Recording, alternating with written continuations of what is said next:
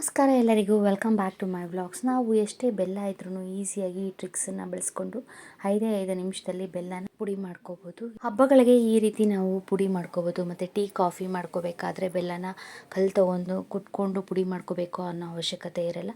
ಈಸಿಯಾಗಿ ನಾವು ಸೆಕೆಂಡ್ಸಲ್ಲಿ ಬೆಲ್ಲನ ಪುಡಿ ಮಾಡಿಕೊಂಡು ಒಂದು ಬಾಕ್ಸ್ಗೆ ಹಾಕಿ ಇಟ್ಕೋಬೋದು. ಈ ರೀತಿ ಎಷ್ಟೇ ಗಟ್ಟಿ ಇದ್ರೂ ಸಹ ನಾವು ಸುಲಭವಾಗಿ ಬೆಲ್ಲನ ಪುಡಿ ಮಾಡ್ಕೋಬೋದು. ಬೆಲ್ಲ ಕುಟ್ಟೋದಕ್ಕೆ ಕಲ್ಲಿನ ಅವಶ್ಯಕತೆಯೂ ಇರಲ್ಲ. ಮತ್ತು ನಾವು ಲಟ್ಟಣಿಗೆ ತೊಗೊಂಡು ಬೆಲ್ಲ ಮೇಲೆ ಹೊಡಿತಾ ಇರ್ತೀವಿ, ಆ ರೀತಿ ಪುಡಿ ಮಾಡ್ಕೊಳ್ಳೋ ಅವಶ್ಯಕತೆನೇ ಇರಲ್ಲ. ಜ್ಯೂಸ್ ಮಾಡ್ಕೊಳ್ಳೋದಕ್ಕಾಗಲಿ, ಪಾನಕ ಮಾಡೋದಕ್ಕಾಗಲಿ, ಟೀ ಕಾಫಿಗಾಗಲಿ ಅಥವಾ ಹಬ್ಬಗಳಿಗೆ ಸ್ವೀಟ್ಸ್ ಮಾಡ್ಕೊಳ್ಳೋದಕ್ಕಾಗಿ ಈ ರೀತಿ ಸುಲಭವಾಗಿ ಬೆಲ್ಲನ ಪುಡಿ ಮಾಡ್ಕೋಬೋದು. ಮೊದಲಿಗೆ ಸ್ಟವ್ ಹಚ್ಚಿ ನಾನಿಲ್ಲಿ ಕುಕ್ಕರ್ ಇಟ್ಕೊಂಡಿದ್ದೀನಿ. ಕುಕ್ಕರ್ ಇಟ್ಕೊಂಡಾದ್ಮೇಲೆ ಅದರೊಳಗಡೆ ನಾವು ಈ ರೀತಿ ಒಂದು ಬಟ್ಲಿಟ್ಟು ಬೆಲ್ಲನ ಒಂದು 2 ನಿಮಿಷ ಚೆನ್ನಾಗಿ ಬಿಸಿ ಮಾಡ್ಕೋಬೇಕು. ಬೆಲ್ಲ ಬಿಸಿ ಆದಾಗ ಆ ಬಟ್ಲಲ್ಲಿ ನಾವು ಬೆಲ್ಲ ಇಟ್ಟಿರ್ತೀವಲ್ಲ, ಆ ಬಟ್ಲಲ್ಲಿ ಒಂದು ಸ್ವಲ್ಪ ಬೆಲ್ಲ ಕರಗಿ ಈ ರೀತಿ ಬಿಸಿಯಾಗಿರುತ್ತೆ ಬೆಲ್ಲ ಬಿಸಿ ಆದಮೇಲೆ ಅದನ್ನು ನಾವು ಈ ರೀತಿ ಕುಕ್ಕರ್ ಸ್ಟವ್ ಆಫ್ ಮಾಡಿಕೊಂಡು ಕುಕ್ಕರಿಂದ ಆ ಬಟ್ಲು ತೆಗೆದು ನಾವು ಈ ರೀತಿ ಒಂದು ಪ್ಲೇಟ್ಗೆ ಇಕ್ಕೋಬೇಕು. ಬೆಲ್ಲನ ನೋಡಿ, ಆ ಬಟ್ಲಲ್ಲಿ ಸ್ವಲ್ಪ ಕೆಳಗಡೆ ಈ ರೀತಿ ಕರಗಿರುತ್ತೆ. ತುಂಬ ಕರಗಕ್ಕೆ ಬಿಡಬಾರ್ದು, ಒಂದು ಸ್ವಲ್ಪ ಬಿಸಿ ಆದರೆ ಸಾಕು. ಬಿಸಿ ಆದಮೇಲೆ ಆ ಬೆಲ್ಲನ ತೆಗೆದು ಈ ರೀತಿ ಪ್ಲೇಟಲ್ಲಿ ಇಟ್ಕೊಂಡು ಒಂದು ಚಾಕು ಅಥವಾ ನಾವು ಕ್ಯಾರೆಟ್ ಪೀಲ್ ಮಾಡೋಕ್ಕೆ ಇದಕ್ಕೆ ಯೂಸ್ ಮಾಡ್ತೀವಲ್ಲ, ಪೀಲರ್ ಅದಾದರೂ ಪರವಾಗಿಲ್ಲ, ಯಾರಲ್ಲಾದರೂ ನಾವು ಬೆಲ್ಲನ ಪುಡಿ ಮಾಡ್ಕೋಬೋದು. ಇಲ್ಲಾಂದರೆ ಈ ರೀತಿ ಚಾಕು ತೊಗೊಂಡು ಬೆಲ್ಲನ ಈ ರೀತಿ ಇಟ್ಕೊಂಡು ನಾವು ಈ ರೀತಿ ಪ್ರೆಸ್ ಮಾಡ್ತಾ ಇದ್ದರೆ ಸಾಕು. ಎಷ್ಟೇ ಬೆಲ್ಲ ಗಟ್ಟಿ ಇದ್ರೂ ಸಹ ಬೆಲ್ಲನ ಸುಲಭವಾಗಿ ನಾವು ಪುಡಿ ಮಾಡ್ಕೋಬೋದು. ನಾವು ಈ ರೀತಿ ಪುಡಿ ಮಾಡಿ ಇಟ್ಕೊಂಡ್ಬಿಟ್ರೆ ಬೆಲ್ಲನ ನಾವು ಬಟ್ಲಿಗೆ ಹಾಕಿದಾಗ ಬೇಗನೂ ಸಹ ಕರಗುತ್ತೆ. ಚಾಕುಯಿಂದ ಈ ರೀತಿ ಬೆಲ್ಲನ ಕಟ್ ಮಾಡ್ಕೋತಾ ಹೋಗಬೇಕು. ಈ ರೀತಿ ಕಟ್ ಮಾಡ್ತಾ ಇದ್ದರೆ ನೋಡಿ ಎಷ್ಟು ಸುಲಭವಾಗಿ ನಾವು ಬೆಲ್ಲನ ಪುಡಿ ಮಾಡ್ಕೋಬೋದು. ಯಾವುದೇ ತುಂಬ ಕಷ್ಟಪಟ್ಟು ನಾವು ಚಾಕುಯಿಂದ ಈ ರೀತಿ ಪ್ರೆಸ್ ಮಾಡೋ ಅವಶ್ಯಕತೆ ಇರಲ್ಲ. ಬೇಗ ಬೆಲ್ಲ ಪುಡಿ ಆಗಿಬಿಡುತ್ತೆ. ಜಸ್ಟ್ ಈಗಂದರೆ ಸಾಕು, ಚಾಕುಯಿಂದ ಕಟ್ ಮಾಡಿದ್ರೆ ಸಾಕು. ಎಷ್ಟೇ ಬೆಲ್ಲ ಗಟ್ಟಿಯಾಗಿದ್ರೂ ಸಹ ಅದು ಸಾಫ್ಟಾಗಿ ಈ ರೀತಿ ಪುಡಿ ಆಗಿಬಿಡತ್ತೆ. ನಾವಂದರೆ ಕುಕ್ಕರಲ್ಲಿ ಇಟ್ಟಾಗ ತುಂಬ ಹೊತ್ತು ಬಿಸಿ ಮಾಡಬಾರ್ದು. ಬೆಲ್ಲ ಫುಲ್ಲು ಕರಗೋ ಹಾಗೆ ಏನು ಬಿಡೋ ಅವಶ್ಯಕತೆ ಇರಲ್ಲ. ಜಸ್ಟ್ ಆ ಕುಕ್ಕರ್ ಬಿಸಿಯಾಗಿ ಬಟ್ಲಲ್ಲಿರೋ ಬೆಲ್ಲ ಒಂದು ಸ್ವಲ್ಪ 1-2 ನಿಮಿಷ ನಾವು ಬಿಸಿ ಮಾಡಿಕೊಂಡ್ರೆ ಸಾಕು. ಬೇಗ ಈ ರೀತಿ ಎಷ್ಟೇ ಬೆಲ್ಲ ಇದ್ರೂ, ಎಷ್ಟೇ ಗಟ್ಟಿ ಇದ್ರೂ ಸಹ ಬೆಲ್ಲನ ಈ ರೀತಿ ಪುಡಿ ಮಾಡಿ ಇಟ್ಕೋಬೋದು. ಹಬ್ಬಗಳಿಗೆ ಈ ರೀತಿ ನಾವು ಬೆಲ್ಲನ ಪಾನಕ ಮಾಡೋದಕ್ಕಾಗಲಿ, ಸ್ವೀಟ್ಸ್ ಮಾಡೋದಕ್ಕಾಗಲಿ ಈಸಿಯಾಗಿ ಬೆಲ್ಲನ ಪುಡಿ ಮಾಡ್ಕೋಬೋದು. ಈ ಟಿಪ್ಸು ನಿಮಗೆಲ್ಲರಿಗೂ ಇಷ್ಟ ಆಗಿದ್ದರೆ ಪ್ಲೀಸ್ ಲೈಕ್ ಮಾಡಿ, ಶೇರ್ ಮಾಡಿ ಮತ್ತು ಸಬ್ಸ್ಕ್ರೈಬ್ ಮಾಡಿ. ಕಷ್ಟಪಟ್ಟು ತುಂಬ ಪ್ರೆಷರ್ ಹಾಕಿ ನಾವು ಪುಡಿ ಮಾಡೋ ಅವಶ್ಯಕತೆನೇ ಇರಲ್ಲ. ಬೆಲ್ಲನ ಜಸ್ಟ್ ಚಾಕುಯಿಂದ ಈ ರೀತಿ ಪ್ರೆಸ್ ಮಾಡ್ತಾ ಇದ್ದರೆ ಸಾಕು. ಬೆಲ್ಲ ನೋಡಿ ಎಷ್ಟು ಈಸಿಯಾಗಿ ಪುಡಿ ಆಗಿಬಿಟ್ಟಿದೆ.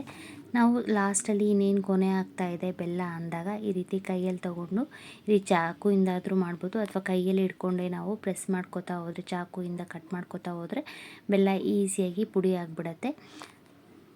ನೋಡಿ ಎಷ್ಟು ಸುಲಭವಾಗಿ ಬೆಲ್ಲನ ಈ ರೀತಿ ಟಿಪ್ಸನ್ನು ಬಳಸ್ಕೊಂಡು ನಾವು ಪುಡಿ ಮಾಡ್ಕೋಬೋದು. ಬೆಳಗಿನ ತಿಂಡಿಗೆ, ಮಧ್ಯಾಹ್ನ ಲಂಚ್ ಬಾಕ್ಸ್ಗೆ, ನೈಟ್ ಊಟಕ್ಕೆ ನಾವು ಚಪಾತಿಗೆ ಏನಾದರೂ ಒಂದು ಕರ್ರಿ ಮಾಡ್ತಾ ಇರ್ತೀವಿ. ಈ ರೀತಿ ಸೋಯಾ ಚಂಕ್ಸಿಂದ ಹೈ ಪ್ರೋಟೀನ್ ಸೋಯಾ ಬುರ್ಜಿನ ಟ್ರೈ ಮಾಡ್ಬೋದು. ಇದು ಈಸಿಯಾಗಿ 5 ನಿಮಿಷದಲ್ಲಿ ರೆಡಿ ಆಗುತ್ತೆ. ಮತ್ತು ಬೇಗನೂ ಸಹ ನಾವು ಸೋಯಾ ಚಂಕ್ಸಿಂದ ಸೋಯಾ ಬುರ್ಜಿನ ಟ್ರೈ ಮಾಡ್ಬೋದು. ಇದಕ್ಕೆ ನಾನಿಲ್ಲಿ ಸ್ವಲ್ಪ ಬಿಸಿ ನೀರನ್ನ ಕಾಯಿಸ್ಕೊಂಡು ಸೋಯಾ ಚಂಕ್ಸ್ನ ಒಂದು 5 ನಿಮಿಷ ಈ ರೀತಿ ನೆನೆಸಿಟ್ಕೊಂಡಿದ್ದೀನಿ. ಸೋಯಾ ಚಂಕ್ಸು ನೆನೆಸಿಟ್ಕೊಂಡಿದ್ದಾದಮೇಲೆ ಬೆಳ್ಳುಳ್ಳಿ, ಶುಂಠಿನ ನಾನಿಲ್ಲಿ ಜಜ್ಕೋತಾ ಇದ್ದೀನಿ. ನಾನು 1 ಹಿಡಿಯಷ್ಟು ಬೆಳ್ಳುಳ್ಳಿ, 1/4 ಇಂಚಷ್ಟು ಶುಂಠಿ ತೊಗೊಂಡು ಪೇಸ್ಟ್ ಮಾಡ್ಕೊಳ್ಳೋದಕ್ಕಿಂತ ನಾವು ಗ್ರೇವಿಗೆ ಈ ರೀತಿ ನುಣ್ಣಕ್ಕೆ ಚಚ್ಚಿಬಿಟ್ಟು ಬಳಸೋದ್ರಿಂದ ಗ್ರೇವಿ ಟೇಸ್ಟ್ ತುಂಬ ಚೆನ್ನಾಗಿರುತ್ತೆ. ಗ್ರೇವಿಗೆ ಅಂತ ಈರುಳ್ಳಿ, ಟೊಮ್ಯಾಟೊ ಮತ್ತು ಒಂದು ಸ್ವಲ್ಪ ಕೊತ್ತಂಬರಿ ಸೊಪ್ಪನ್ನ ಸಣ್ಣದಾಗಿ ಕಟ್ ಮಾಡಿ ಇಟ್ಕೊಂಡಿದ್ದೀನಿ. ಸೋಯಾ ಚಂಕ್ಸ್ ಒಂದು 5-10 ನಿಮಿಷ ಈ ರೀತಿ ನೆನೆಸಿಟ್ಕೊಂಡಿದ್ದಾದಮೇಲೆ ಆ ನೀರನ್ನೆಲ್ಲ ಸ್ಕ್ವೀಸ್ ಮಾಡಿ ಈ ರೀತಿ ಸೋಯಾ ಚಂಕ್ಸ್ನ ರೆಡಿ ಮಾಡ್ಕೊತಾ ಇದ್ದೀನಿ. ಈ ಸೋಯಾ ಬುರ್ಜಿ ಹೈ ಪ್ರೋಟೀನು ಸಹ ಇರುತ್ತೆ, ಪ್ರೋಟೀನ್ ರಿಚ್ ಫುಡ್ಡು. ನಾವು ಇದನ್ನು ಕಮ್ಮಿ ಎಣ್ಣೆಯಿಂದ ಮಾಡಿಕೊಂಡ್ರೆ ವೆಯ್ಟ್ ಲಾಸ್ ರೆಸಿಪಿಗಾಗೂ ಸಹ ಬಳಸ್ಬೋದು. ಚಪಾತಿಗೆ ಆಗಲಿ ಅಥವಾ ಪರೋಟಾಗೆ ಆಗಲಿ ಸಖತ್ ಟೇಸ್ಟಿಯಾಗಿರುತ್ತೆ. ನಾವು ಇದನ್ನು ಡ್ರೈಯಾಗಿ ಮಾಡಿಕೊಂಡ್ರೆ ಅನ್ನಕ್ಕೆ ಸೈಡ್ ಡಿಶ್ ಆಗೂ ಸಹ ತಿನ್ಬೋದು. ಚಪಾತಿ ಜೊತೆಗೂ ಸಹ ತುಂಬ ರುಚಿಯಾಗಿರುತ್ತೆ. ಈಗ ಸೋಯಾ ಚಂಕ್ಸ್ ರೆಡಿ ಆಗಿದೆ. ಈ ಗ್ರೇವಿಗೆ ನಾನಿಲ್ಲಿ ಸ್ಟವ್ ಹಚ್ಚಿ ಬಾಣಲಿ ಇಟ್ಕೊಂಡು 1 ಸ್ಪೂನಷ್ಟು ಎಣ್ಣೆ ಹಾಕ್ಕೊಂಡು ಅದಕ್ಕೆ ಒಂದು ಸ್ವಲ್ಪ ಸಾಸಿವೆ ಹಾಕಿ ಸಿಡ್ದಾದ್ಮೇಲೆ ನಾವು ರೆಡಿ ಮಾಡಿ ಇಟ್ಕೊಂಡಿರೋ ಶುಂಠಿ, ಬೆಳ್ಳುಳ್ಳಿನ ಹಾಕಿ ಒಂದು ಸ್ವಲ್ಪ ಹೊತ್ತು ಎಣ್ಣೆಯಲ್ಲಿ ಫ್ರೈ ಮಾಡ್ಕೋಬೇಕು. ಫ್ರೈ ಮಾಡ್ಕೊಂಡಿದ್ದಾದಮೇಲೆ ಕಟ್ ಮಾಡಿ ಇಟ್ಕೊಂಡಿರೋ ಈರುಳ್ಳಿ ಹಾಕಿ, ಈರುಳ್ಳಿ ಒಂದು ಸ್ವಲ್ಪ ಲೈಟ್ ಬ್ರೌನ್ ಕಲರ್ ಆಗೋವರೆಗೂ ಫ್ರೈ ಮಾಡ್ಕೋಬೇಕು. ಈರುಳ್ಳಿ ಬೇಗ ಫ್ರೈ ಆಗಬೇಕು ಅಂದರೆ ಒಂದು ಸ್ವಲ್ಪ ಉಪ್ಪು ಹಾಕ್ಕೋತಾ ಇದ್ದೀನಿ. ಉಪ್ಪು ಹಾಕಿ ಈರುಳ್ಳಿನ ಫ್ರೈ ಮಾಡ್ಕೊಂಡಿದ್ದಾದಮೇಲೆ ನಾವು ಒಂದು ಸ್ವಲ್ಪ ಅರಿಶಿನ ಪುಡಿ ಹಾಕ್ಕೋತಾ ಇದ್ದೀನಿ. ಅರಿಶಿನ ಪುಡಿನೂ ಸಹ ಆರೋಗ್ಯಕ್ಕೆ ತುಂಬ ಒಳ್ಳೆಯದು. ಅರಿಶಿನ ಪುಡಿ ಹಾಕಿ ಈರುಳ್ಳಿನ ಮಿಕ್ಸ್ ಮಾಡ್ಕೊಂಡಿದ್ದಾದಮೇಲೆ ನಾವು ಕಟ್ ಮಾಡಿ ಇಟ್ಕೊಂಡಿರೋ ಟೊಮ್ಯಾಟೊ ಹಾಕಿ, ಟೊಮ್ಯಾಟೊ ಸಾಫ್ಟ್ ಆಗೋವರೆಗೂ ಒಂದು ಸ್ವಲ್ಪ ಹೊತ್ತು ಫ್ರೈ ಮಾಡ್ಕೋಬೇಕು. ಟೊಮೆಟೊ ಫ್ರೈ ಆದಮೇಲೆ ಇದಕ್ಕೆ ಖಾರಕ್ಕೆ ಅಂತ 1 ಸ್ಪೂನಷ್ಟು ಅಚ್ಚ ಖಾರದ ಪುಡಿ, ಒಂದು ಸ್ವಲ್ಪ ಧನಿಯಾ ಪೌಡರ್ ಹಾಕೋತಾ ಇದ್ದೀನಿ. 1 ಸ್ಪೂನಷ್ಟು ಧನಿಯಾ ಪೌಡರ್ ಹಾಕಿ ಮಿಕ್ಸ್ ಮಾಡ್ಕೊಂಡಿದ್ದಾದಮೇಲೆ ನಾವು ಕಟ್ ಮಾಡಿ ಇಟ್ಕೊಂಡಿರೋ ಕೊತ್ತಂಬರಿ ಸೊಪ್ಪನ್ನ ಹಾಕೋತಾ ಇದ್ದೀನಿ. ಕೊತ್ತಂಬರಿ ಸೊಪ್ಪು ಹಾಕಿ ಮಿಕ್ಸ್ ಮಾಡಿಕೊಂಡು ಲಾಸ್ಟಲ್ಲಿ ಒಂದು ಸ್ವಲ್ಪ ಗರಂ ಮಸಾಲ ಪೌಡರ್ನ ಹಾಕೋತಾ ಇದ್ದೀನಿ. ಗರಂ ಮಸಾಲ ಹಾಕೋದ್ರಿಂದ ಟೇಸ್ಟ್ ಡಿಫ್ರೆಂಟಾಗಿರುತ್ತೆ. ಗರಂ ಮಸಾಲ ಹಾಕಿ ಮಿಕ್ಸ್ ಮಾಡಿಕೊಂಡು ನಾವು ಈ ರೀತಿ ಸೋಯಾ ಚಂಕ್ಸನ್ನು ಪುಡಿ ಮಾಡ್ಕೋಬೋದು. ಕೈಯಲ್ಲಾದರೂ ಪುಡಿ ಮಾಡ್ಕೋಬೋದು. ಇಲ್ಲ ಅಂದರೆ ಸೋಯಾ ಚಂಕ್ಸ್ನೆಲ್ಲ ಸಣ್ಣದಾಗಿ ನಾವು ಚಾಕುಯಿಂದ ಕಟ್ ಮಾಡಿಕೊಂಡು ರೆಡಿ ಮಾಡಿಕೊಂಡ್ರೆ ಸೋಯಾ ಬುಜ್ಜಿಗೆ ಸೋಯಾ ಚಂಕ್ಸ್ ರೆಡಿ ಆಗುತ್ತೆ. ಈ ರೀತಿ ಸಣ್ಣದಾಗಿ ಕಟ್ ಮಾಡಿಕೊಂಡು ನಾವು ಮಾಡಿಟ್ಕೊಂಡಿರೋ ಮಸಾಲೆ ಜೊತೆ ಮಿಕ್ಸ್ ಮಾಡ್ಕೋಬೇಕು.